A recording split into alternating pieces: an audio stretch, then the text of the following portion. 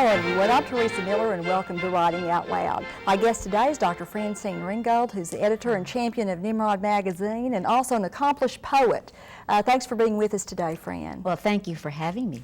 It's raining, and what better place to be? Yes, and you're smiling and cheerful, and you're warming us with your words and with your presence. You've been with Nimrod a number of years. It must be exciting to see how well that magazine has done and the international reputation it has gained. Well, you know, actually one thing that I had not taken out of my purse in our rush was a huge New York Times ad for Gish Jen's new novel.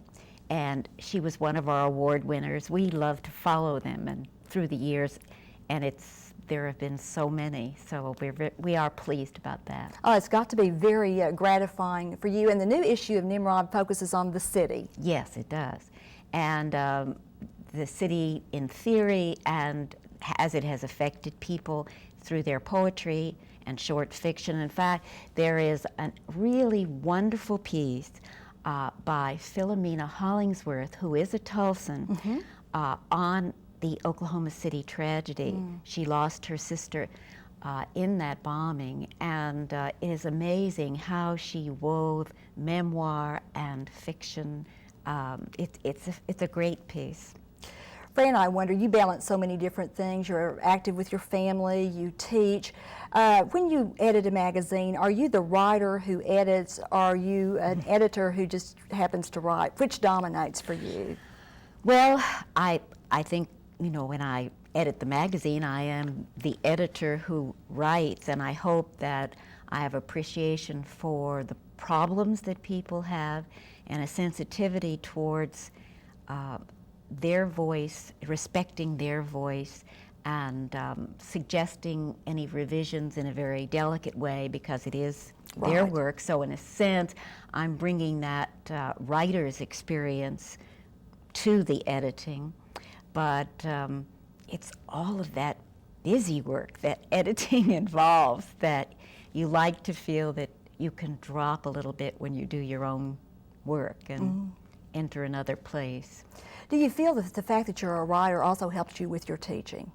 Oh, without doubt. Without doubt, because you just have to appreciate how difficult it is, for example. And this summer I had an experience teaching high school students again. I haven't done that for a while.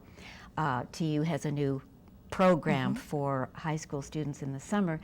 And what was wonderful about it was that they didn't know about revision. They thought, you know, that you just write it, you know, you take up your pen and write. And what they found out was that it's revision in the real sense of the word, seeing it again, putting it aside, and working it over and workshopping it and being brave enough to drop things that don't work or, you know, that sort of thing. So definitely it affects your teaching. And you worked with a number of different groups and have even written some books on your experiences or put together collections of their works. Yes. First with the Gatesway Foundation. Right. Actually, that was after the first book, but it was a very educational and moving experience for me. And it's a book called The Magic Journey, and it features their writings and paintings, but also exercises that sort of evolved, writing exercises and painting exercises that evolved as we worked together. And we're very proud of it, and many of the people whose works are in that book have continued to write. They call me all the time on the telephone, and so I'm glad that it was a meaningful experience. And we should mention, I suppose, that Gatesway is a foundation for the developmentally disabled in Broken Arrow. And also you've worked with senior citizens. Yes, still do. Still do. And you've written a book called Making Your Own Mark, and it's published by Council Oak now. And it is a writing and drawing guide for senior citizens. And actually, I mean, if the truth be known, it's the same writing exercises I do if you're 3 years old or 93 years old. And that is a very important thing, I think, to recognize that older adults and children share so much in common that childlike spirit, that willingness to risk, that during our middle years we somehow get a little tighter. And so it seems logical that it is so many of the same exercises, a little bit more elevated, stretched, you know. You've also worked with proteges, and I'm talking about Susie Hinton. She was on the show once, and she was talking about teachers she had, and she spoke so fondly of you and Well, your fairness with her. What was it like to have someone like Susie Hinton, who was already, in a way, a legend at a very young age, in a class that you were teaching? Well, it was wonderful to have Susie because she was a serious writer. She had already published The Outsiders at the age of 17, as you know.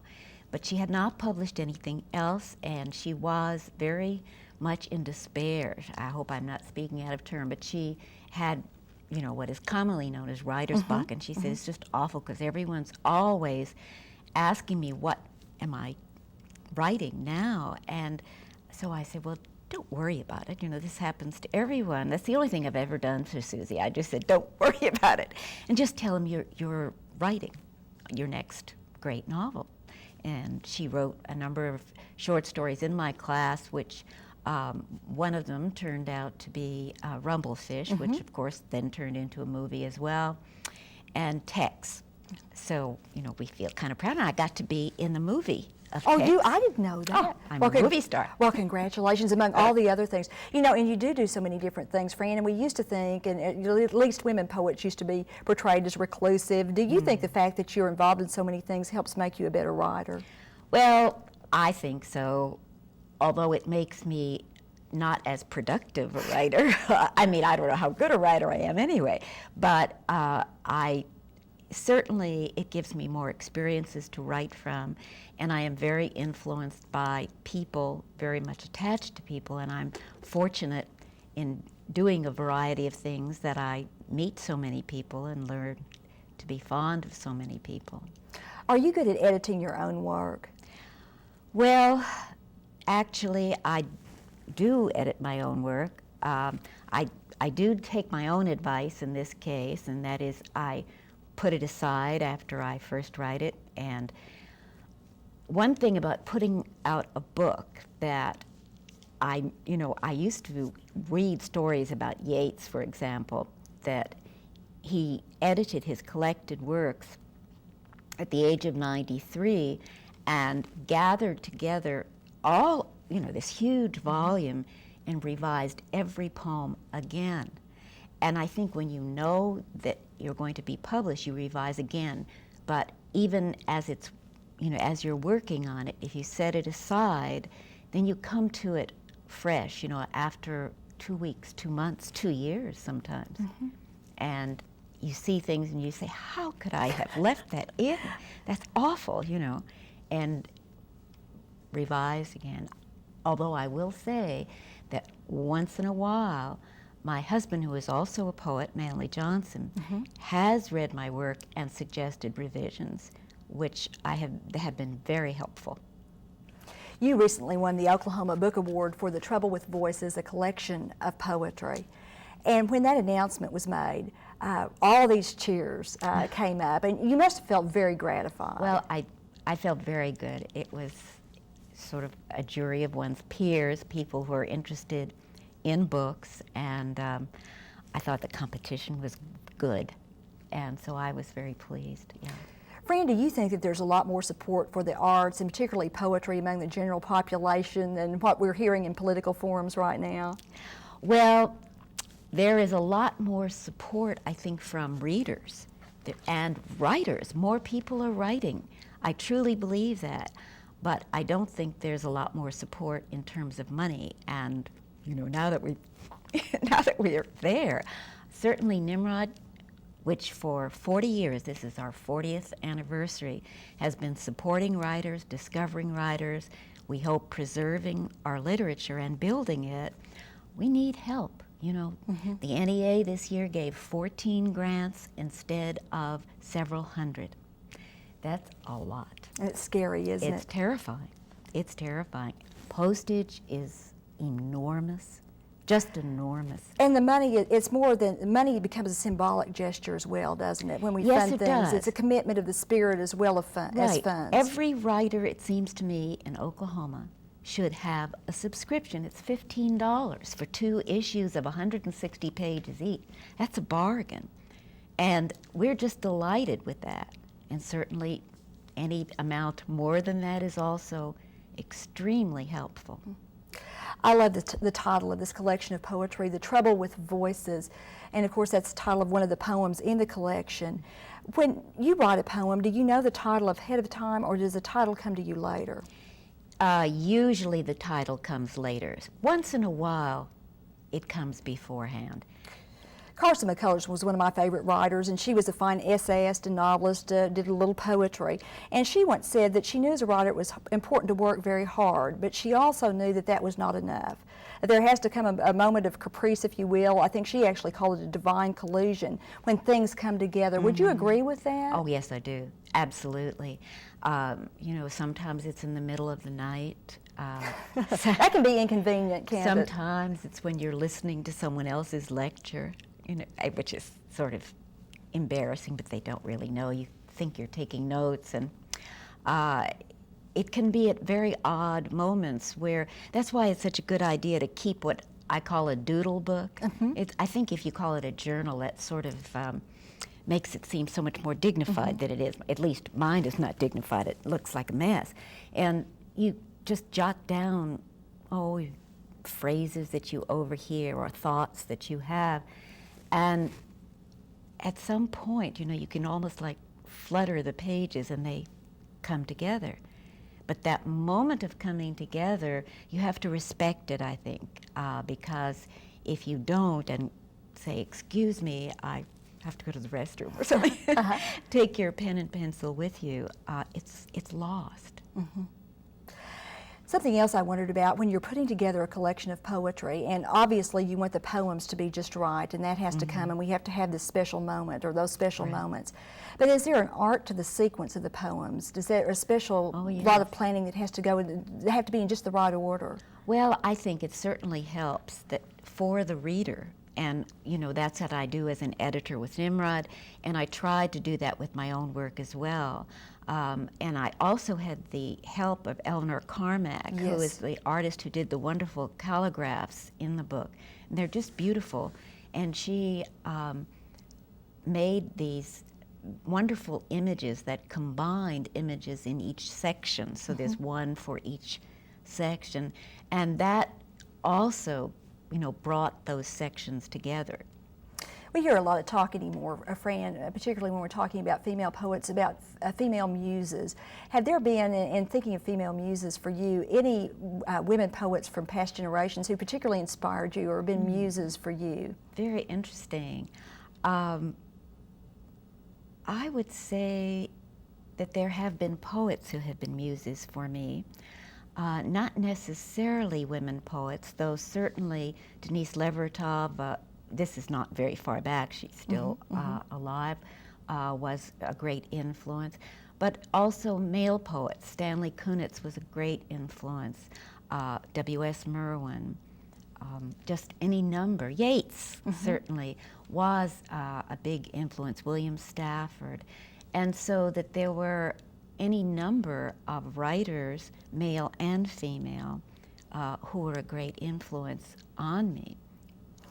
One of the reasons I particularly, I think, wanted to mention women writers is that Adrienne Rich has commented that so many early women writers confused creativity with self-destruction. Would you agree with that? Well, as a matter of fact, Adrienne Rich was a great force in my life. And about 25 years ago, she wrote a book called Diving into the Wreck, which, of course, during that period of time, I was doing much the same thing.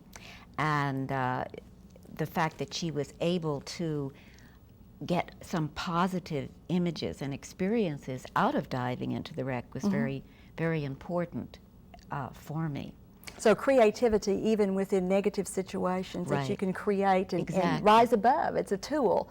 Well, you discover through your writing what you're going to say and how you feel. People think you sit down beforehand. It's not necessarily so that you know what you're going to say before you say it. And so that, I don't know if it's rising above it, but it's certainly working through it. Working through the wreck, so to speak. Right. Fran, we want to talk some more. We're going to take a brief break and come back and have you read one of your poems for Thank us. We'll be back after a brief message.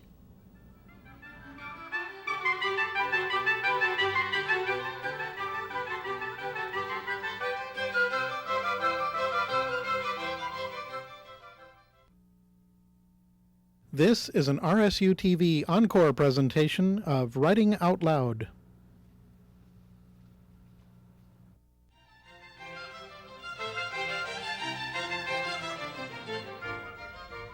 Hello everyone, I'm Teresa Miller and welcome to Writing Out Loud. I'm visiting with Dr. Francine Ringold, who recently won the Oklahoma Book Award for her collection of poetry, The Trouble with Voices. Fran, when we closed out the first segment, we were talking about inspiration and where it comes from, and the title poem, we might say, is dedicated or written for Anita Hill. That's right. And it was the whole idea of someone being a martyr, really. Right. And I was so fearful that she would suffer more than she did, since she certainly did, for her very brave action.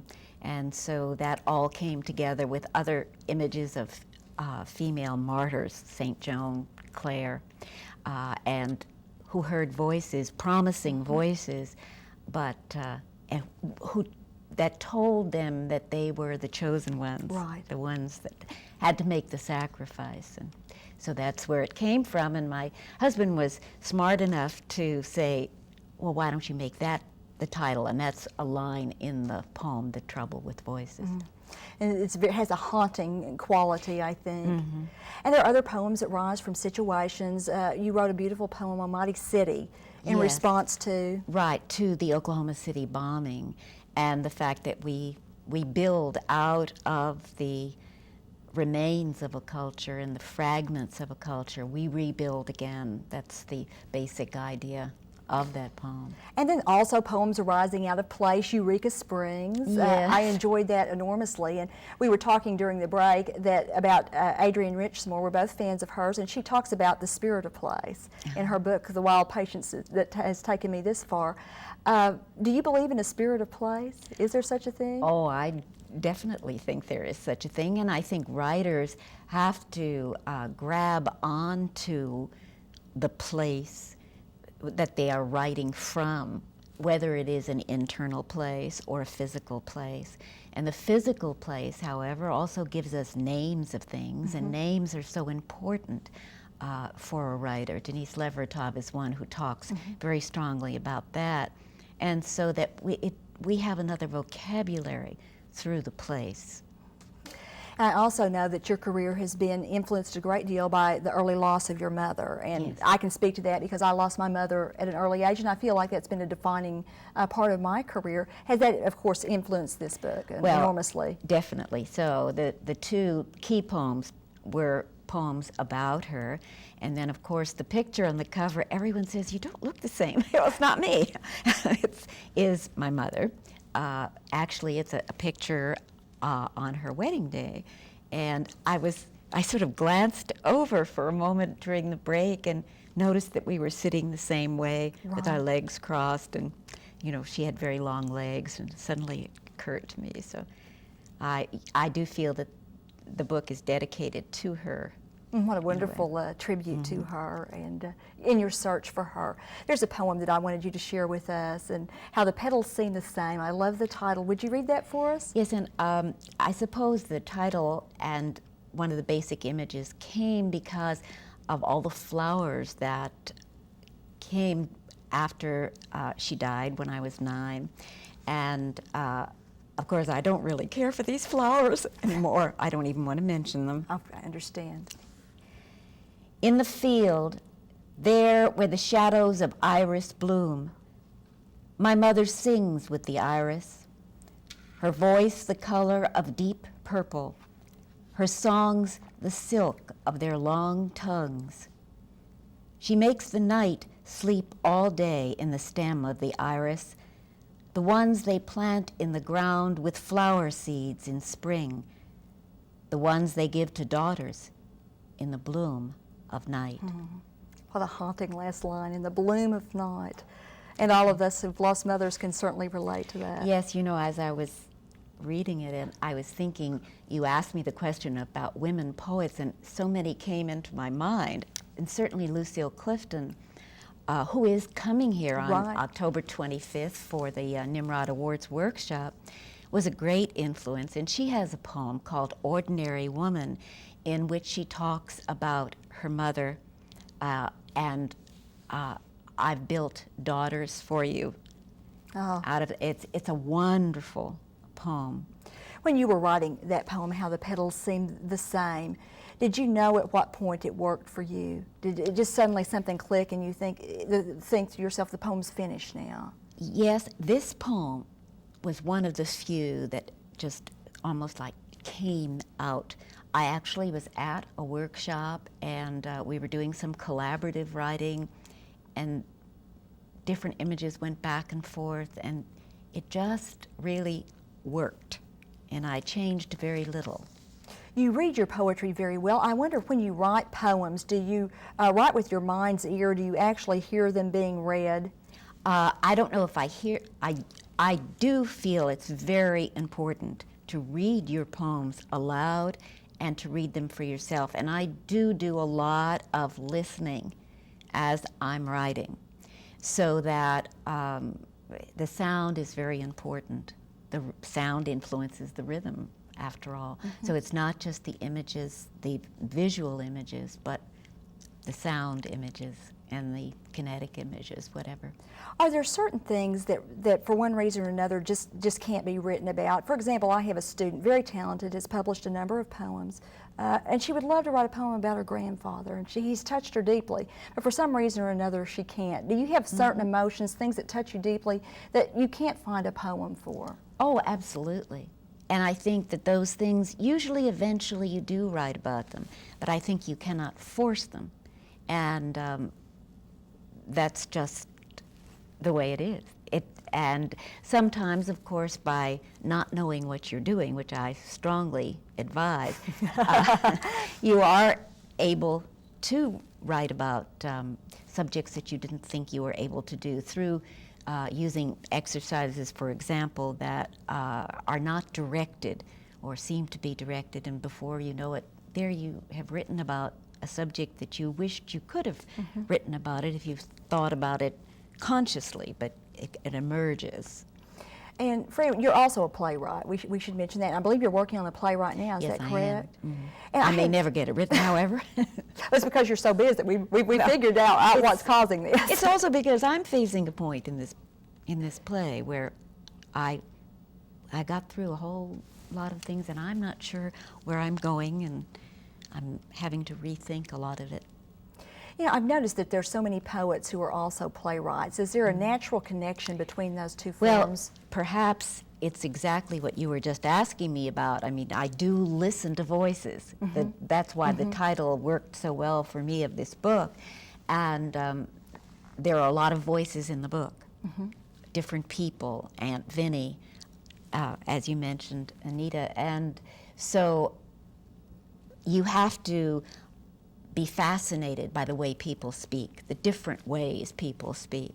I have a poem in this book that is in the voice of an American East Indian woman, and I'm a mimic, you know, and I think playwrights have to be. People have to interest you, or you can't be a playwright. And I like to move around, as is obvious. Hard for me to sit still, and so when you have to know that you know, a play is not made to be just read. You've got to get it up there on the boards. And you know, I was just thinking as you were speaking, do we use too much? Do we rely too much on labels like poet or playwright? And should we just say more writer? Because I was reading an article the other day. In the article, the contention was that Tennessee Williams became a poet in his plays. Well, and he was a poet beforehand. You know, Faulkner, of course, was a poet and then became a novelist. So was Hemingway. So was James Joyce. Somehow, at one point or other, they found the form too restrictive. I interviewed John Updike when he was here for the Library Awards, and he talked about the fact that the language in poetry was was high octane. You know, I like that. It was very concentrated, and sometimes you need to relax from that. And most of the writers I know write in many different forms. They're known for one. As a matter of fact, Updike was a poet. And still is. In fact, he had a new volume of poetry published not long ago, but everyone thinks of him only as a novelist. So you think we need to be a little freer sometimes in our categorizations? Right. I think we're writers, and some fiction writers are more poets, I suppose, because they're more conscious of language. And those are the fiction writers I tend to want to read. You mentioned interviewing John Updike. You have a radio program. Would you tell us a little bit about that? It's on KWGS. Right. Actually, I had a grant for a number of years from the Oklahoma Foundation for the Humanities, and it was an interview format program like this, and from Witter-Binner Foundation, interviewing writers and poets. Now I'm working on a series which is called TU Today, but it is all things that are cross-disciplinary with writing, medicine and writing, law and literature. Well, I wonder, the blurb on your book asks us, will these voices ever let us rest? And I guess the question I want to close with, we just have a few seconds here, will these voices ever let you rest? No. Fran, thank you for coming today. Congratulations again on winning the Oklahoma Book Award for The Trouble with Voices. And good luck on all your different projects. We look forward to seeing Nimrod continue to thrive. So thank you, Fran Ringold, and thank all of you for joining us on Writing Out Loud.